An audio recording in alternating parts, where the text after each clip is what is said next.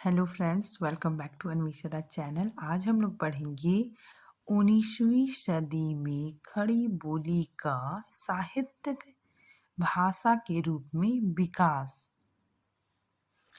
आज की हिंदी को खड़ी बोली का विकसित रूप माना जाता है। ठीक है, मतलब आज की जो हिंदी है वो खड़ी बोली का विकसित रूप माना जाता है। ठीक, इसका विकास साहित्यिक भाषा के रूप में 1870 ईस्वी के आसपास माना जा सकता है। ठीक है, मतलब इसका जो विकास है, साहित्यिक विकास, वो 1870 के आसपास माना जा सकता है।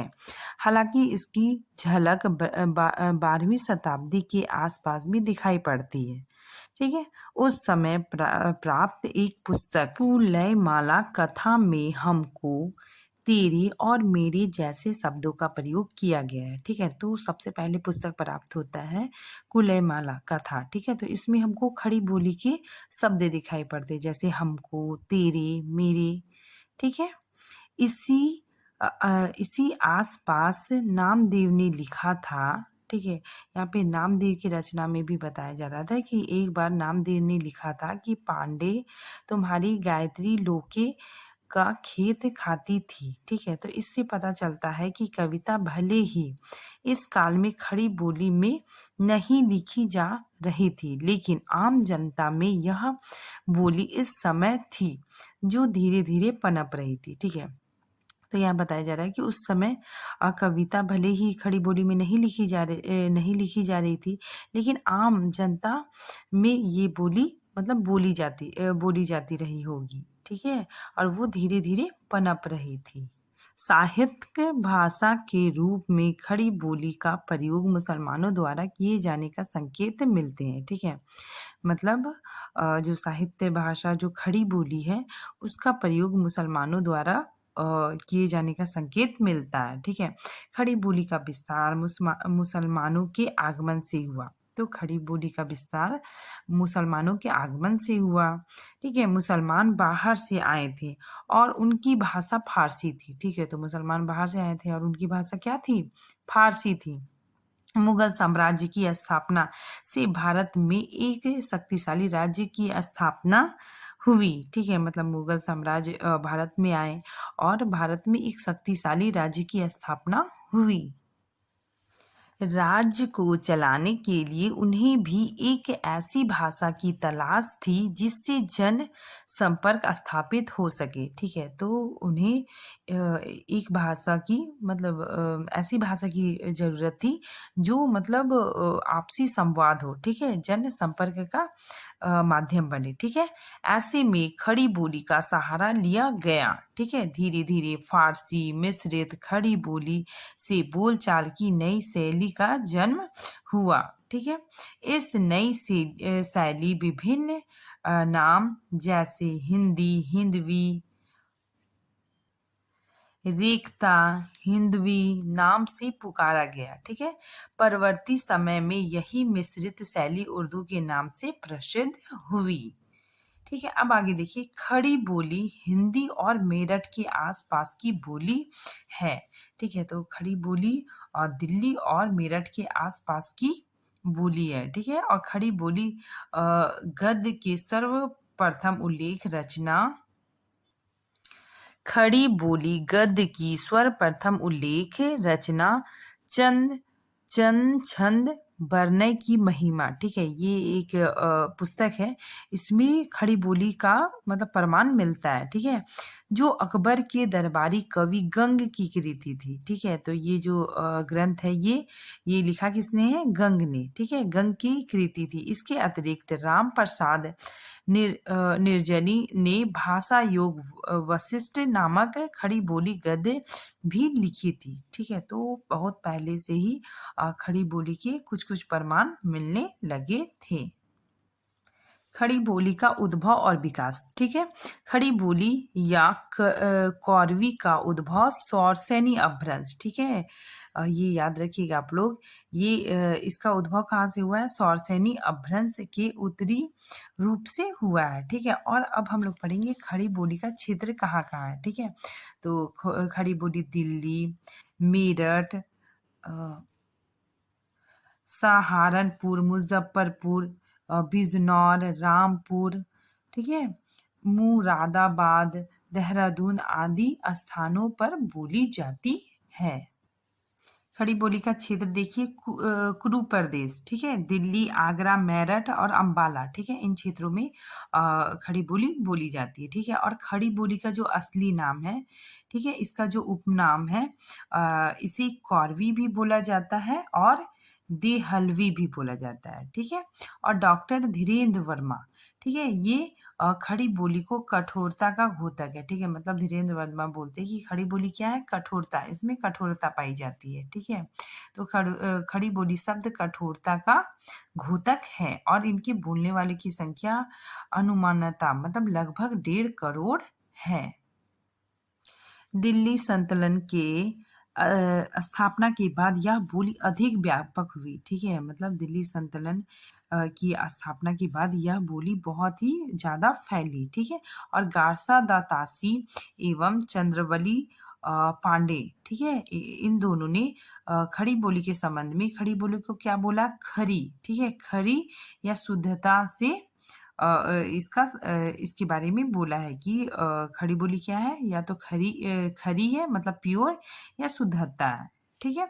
अब देखिए खड़ी बोली की कई शैलियां हैं, ठीक है, जैसे हिंदवी,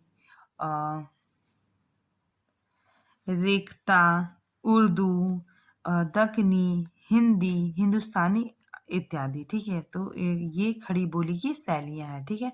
अब देखिए सबसे पहले खड़ी बोली का प्रयोग किसने किया था, अमीर खुसरो, ठीक है। अमीर खुसरो की रचनाओं में हमें खड़ी बोली मतलब देखने को मिलती है, ठीक है।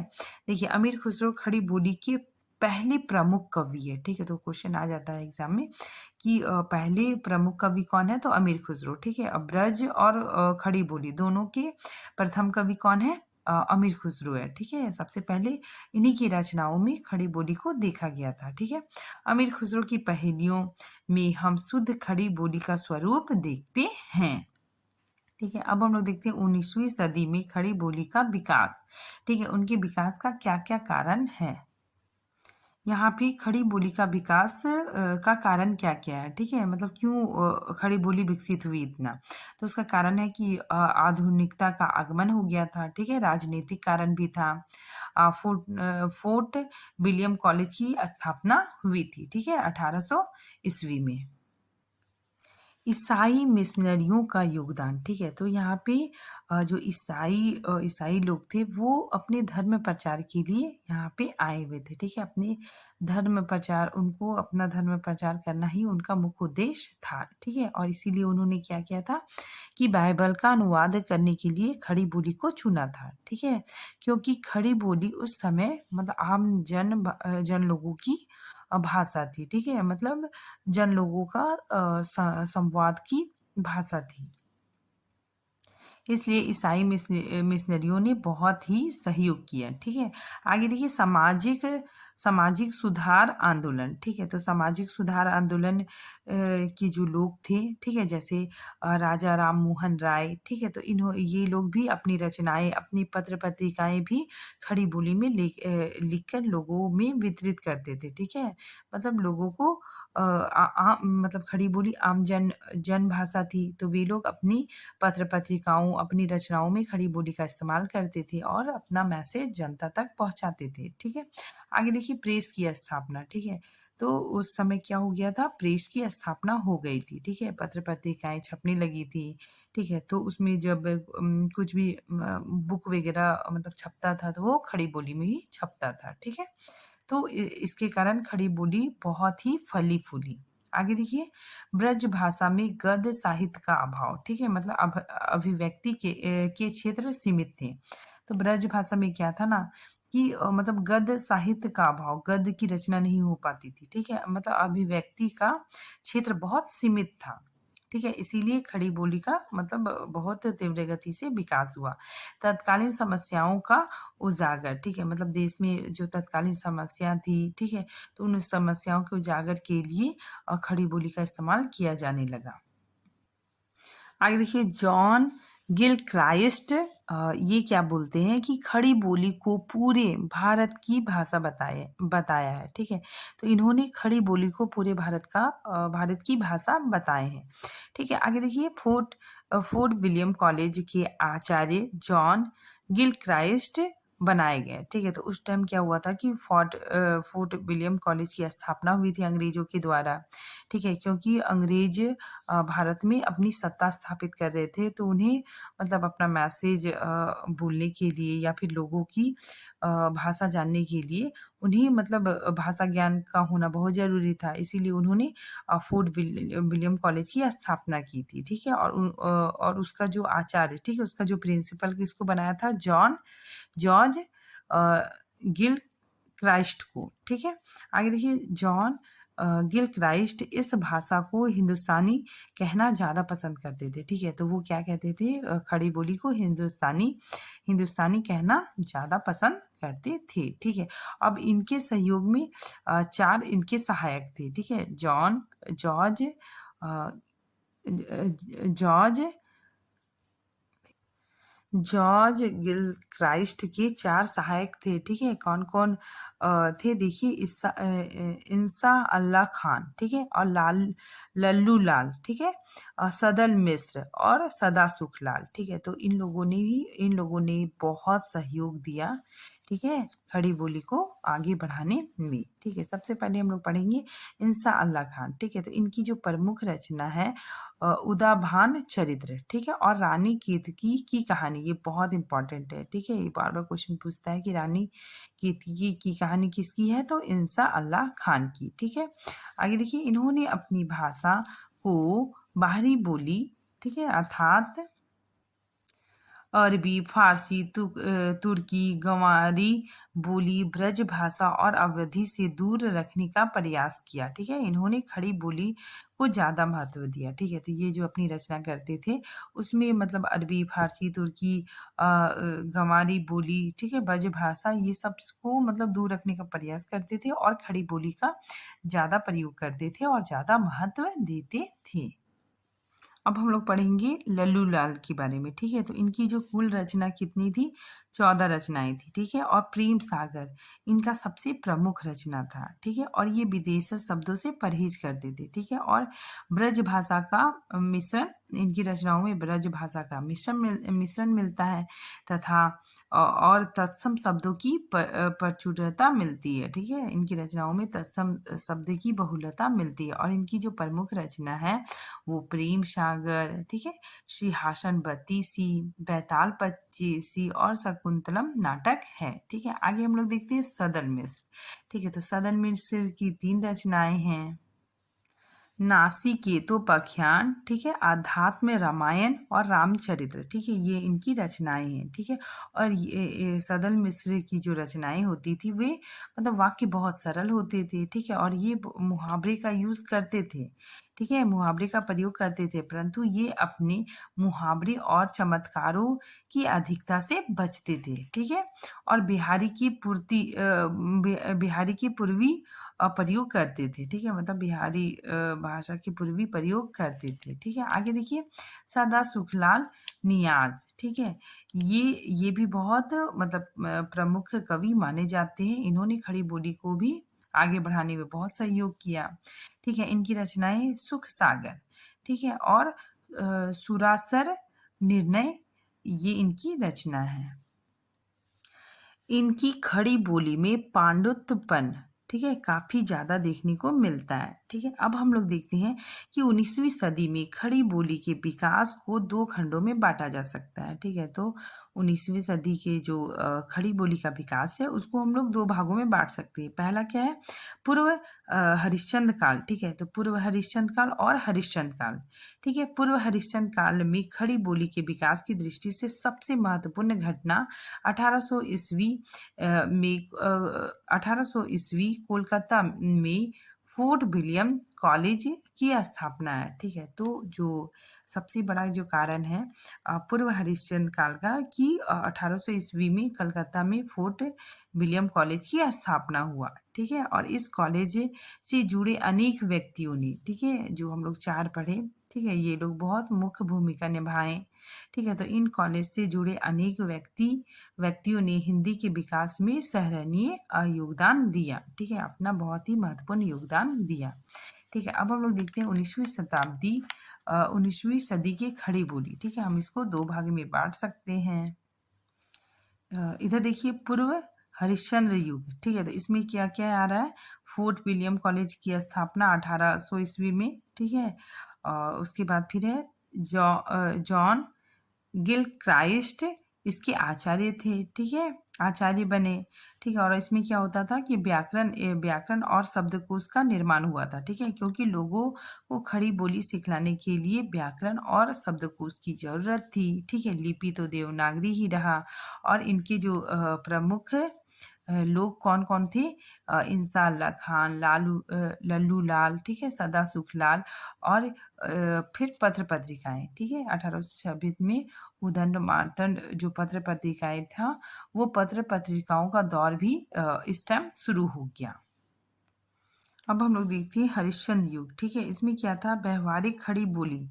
ठीक है, हरिश्चंद्र जी जो मैगजीन, उनका जो मैगजीन निकलता था, ठीक है, या हरिश्चंद्र जी जो रचनाएं लिखते थे वो व्यवहारिक, ठीक है, लोग जो मतलब व्यवहार में लाते थे वो खड़ी बोली का इस्तेमाल करते थे। ठीक है, और उस टाइम नाटक और कहानियां लिखी गई। ठीक है, और गद हेतु खड़ी बोली। ठीक है, मतलब गद की रचना खड़ी बोली में होने लगी। ठीक है, और शिव प्रसाद, लक्ष्मण सिंह, प्रताप नारायण मिश्र, देवकी नंदन खत्री,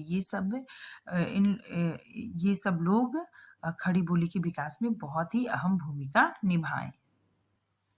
पत्र पत्रिकाएं। ठीक है, तो पत्र पत्रिकाओं ने भी बहुत ही अहम भूमिका निभाई। ठीक है, पत्र पत्रिकाओं के द्वारा ही लोग मतलब जो ये खड़ी बोली है इसका बहुत ही विकास हुआ। ठीक है, क्योंकि पत्र पत्रिकाओं में खड़ी बोली का इस्तेमाल किया गया। ठीक है, और ये खड़ी बोली आम जन लोगों की भाषा थी। ठीक है, और ये खड़ी बोली और भी फली फूली। ठीक है, तो अब हम लोग देखते हैं पत्र पत्रिकाएं में कि खड़ी बोली के दो रूप होती हैं। ठीक है, एक वैसी थी जिसमें उर्दू के शब्द से परहेज था, मतलब उसमें उर्दू के शब्द नहीं थे। ठीक है, और एक रूप ऐसा था जिसमें उर्दू के शब्दों का समावेश था। ठीक है, 1826 में उदयन मार्तन और 1828 में बंगदूत। ठीक है, अब हम लोग देखते हैं शिव प्रसाद सितारे हिंद। इन्होंने भी बहुत अहम भूमिका निभाई। सितारे हिंद की जो भाषा थी वो उर्दूपन था। ठीक है, मतलब उनकी रचनाओं में उर्दू शब्द का समावेश मिलता है। ठीक है, इनके द्वारा रचित पुस्तकें, ठीक है, इनकी कौन कौन सी पुस्तकें हैं देखिए। राजा भोज का सपना, ठीक है, मानव धर्मसार और आलसियों का कीड़ा। ठीक है, ये इनकी रचनाएं हैं।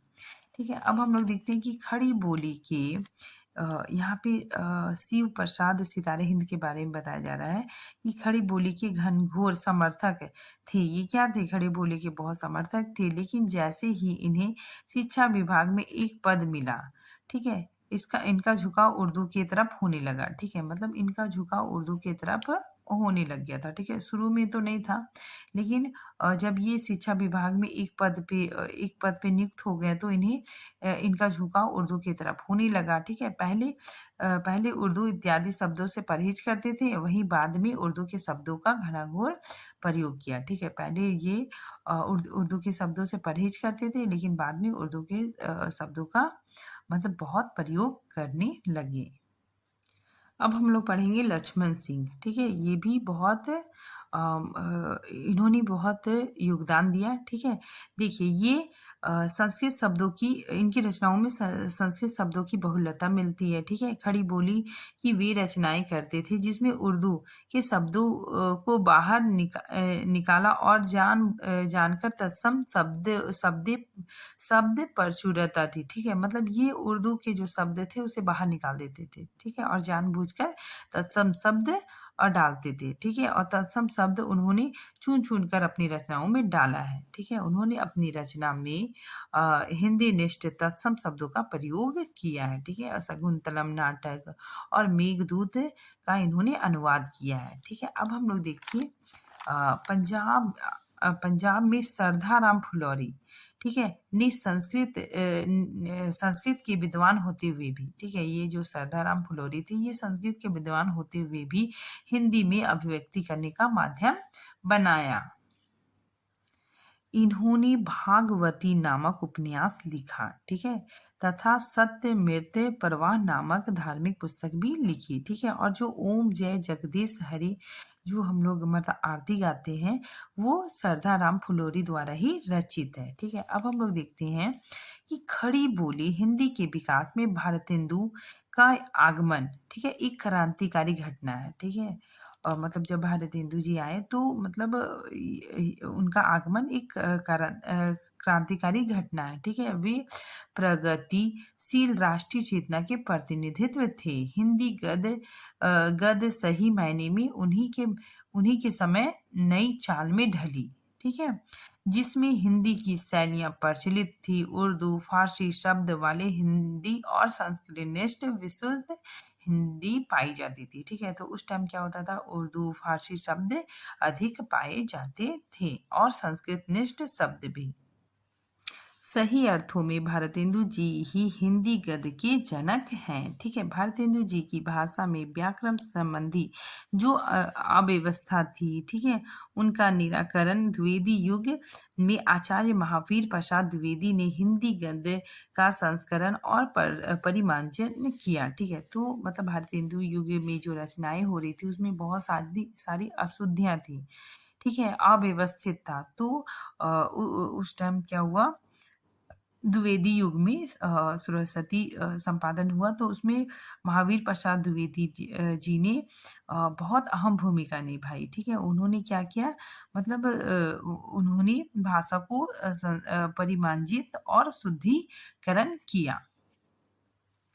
व्याकरण संबंधी भूलों का सुधार, विराम चिन्हों का प्रयोग, वाक्य विन्यास में व्यवस्था लाने का कार्य द्विवेदी जी का था, ठीक है, मतलब द्विवेदी जी ने ही किया, ठीक है। तदोपरांत, ठीक है, उसके बाद प्रेमचंद्र, आचार्य रामचंद्र शुक्ल, आचार्य हजारी प्रसाद द्विवेदी एवं डॉक्टर नरेंद्र जैसे विद्वान ने हिंदी गद्य को उनके चरम उत्कर्ष पर पहुंचाया, ठीक है। उन्होंने भी बहुत अहम भूमिका निभाई। खड़ी बोली हिंदी में पद रचना को प्रोत्साहित करने का श्रेय भी आचार्य महावीर प्रसाद द्विवेदी को जाता है, ठीक है। उन्होंने हिंदी को खड़ी बोली को गद्य और पद दोनों की भाषा बनाने का महत्वपूर्ण योगदान दिया, ठीक है। बस इतना ही है। Thank you friends.